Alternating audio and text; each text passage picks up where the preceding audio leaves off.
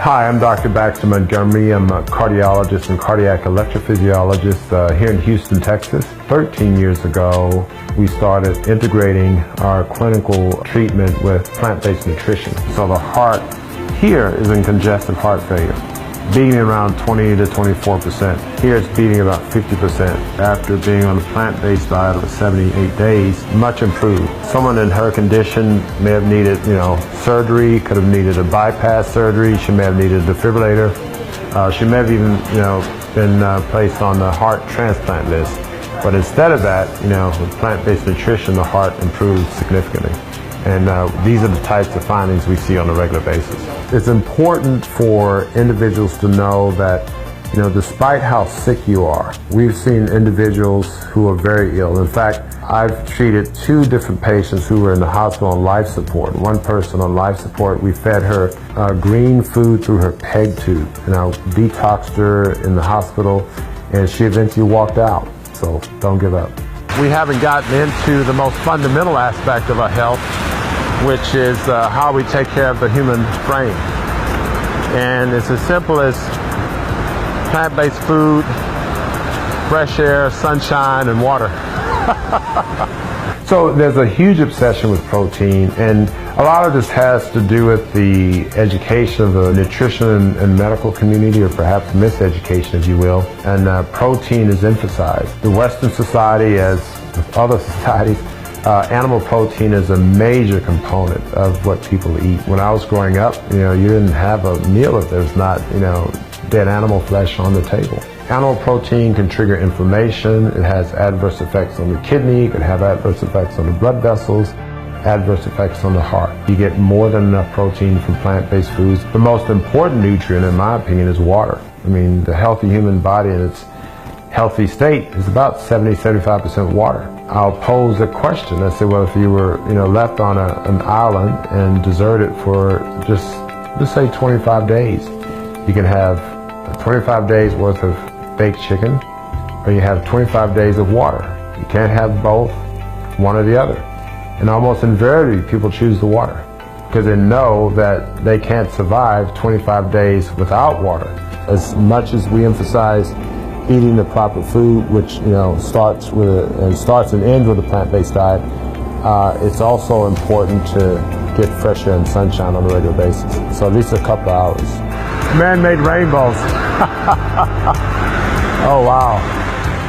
Another patient who's currently in her mid-90s came to see us at the age of 89, and at that time she was taking about 22 medications, including about 40 units of insulin twice a day. And she'd been on insulin for 40 years. We put her on a raw detox, and we got off the insulin within a couple of days of her being on the raw detox.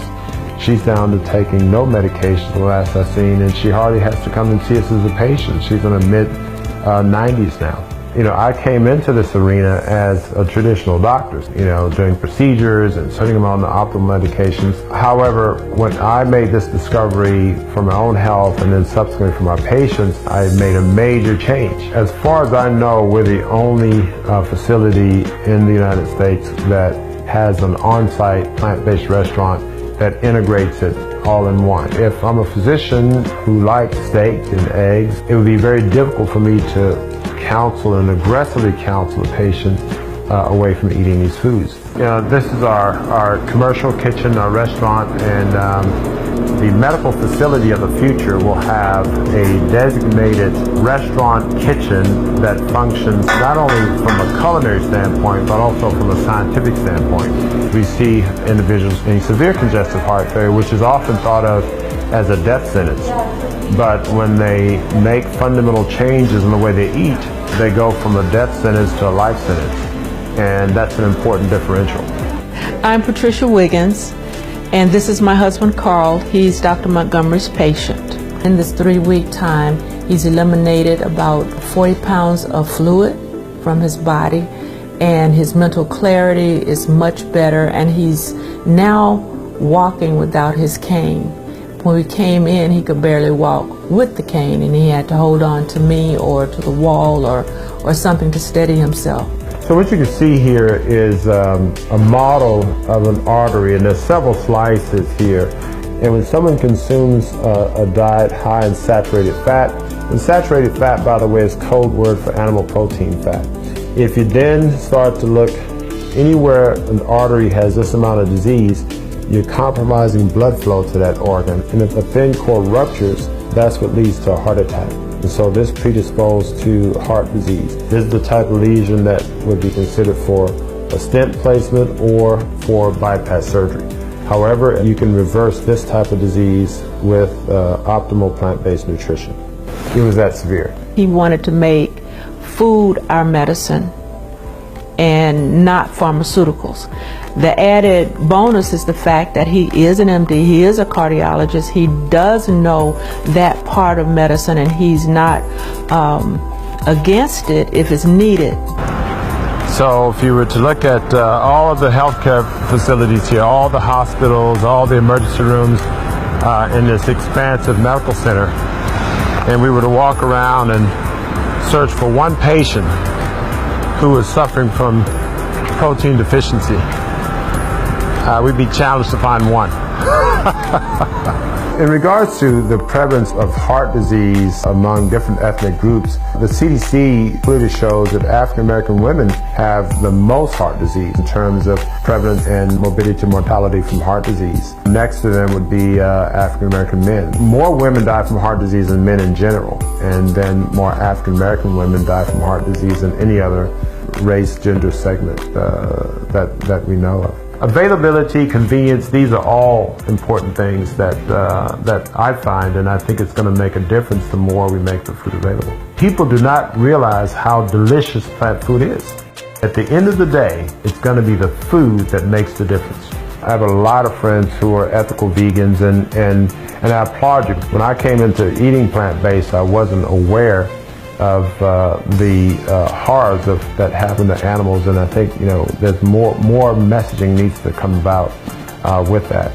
The other aspect of being ethical vegans is that we have to look at our own bodies, and we have to be ethical to ourselves first and foremost, because if we're not healthy, then we can't be of benefit to others, animals, etc. So I often tell my patients that the number one animal you want to be ethical to is yourself.